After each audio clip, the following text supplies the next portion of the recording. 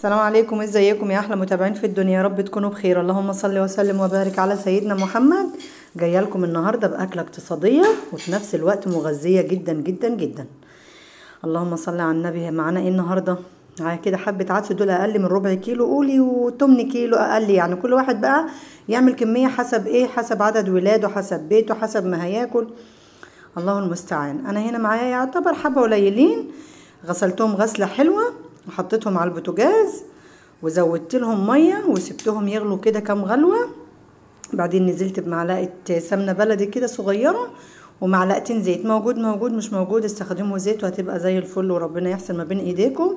وهنا معايا رز بقى، انا مش بعاير ولا بعرف ربع كيلو ولا نص كيلو، بس هو اقل من نص كيلو عامه.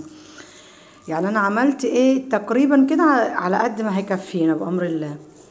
نزلت هنا بقى بالرز بتاعي بعد ما غسلته برضو غسله كويسه. الاكله دي طعمها قسما بالله تحفه، ما شاء الله جميله جدا. تمام. فزي ما انتوا شايفين ما بحطش الميه، ما بتبقاش كتيره، لان العدس بطبيعته بينزل ميه، فلو زودتوا الميه الرز هيبقى معجن منكم مش مفلفل.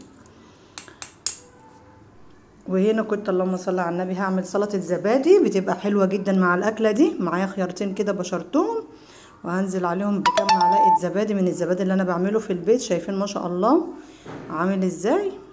تحفه ما شاء الله. اما تعملوا الحاجه في البيت يا جماعه بتبقى حاجه تانية بصراحه، بيبقى توفير، بيبقى حاجه نظيفه. انت عامله الحاجه بايدك وعارفه الحاجه دي انت عاملاها ازاي، غير لما نشتري من بره. معايا هنا ملح مبهر وفلفل اسود، ما حطيتش اكتر من كده، ممكن تحطوا فصين توم هتبقى معاكم برضو زي الفل. قرن فلفل حامي لو بتحبوا مفيش مشاكل، بتبقى برضو حلوه في قلب سلطه الزبادي.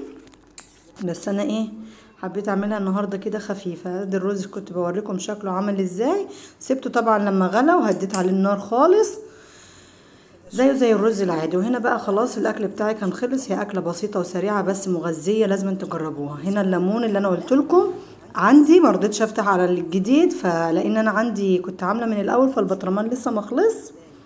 هنا كنت عايزه اوريه لكم بس انا اللي بصور الفيديو ده لوحدي، فكنت بقول لكم الليمون ما شاء الله دايب وجميل جدا وطعمه حلو. ده الخيار اللي انا عملته معاكم والفلفل برضو مقرمش ما شاء الله، يعني لغايه اما اخر حته في البطرمان بيبقى معايا مقرمش ما شاء الله، بيبقى زي الفل ما بيتهريش خالص.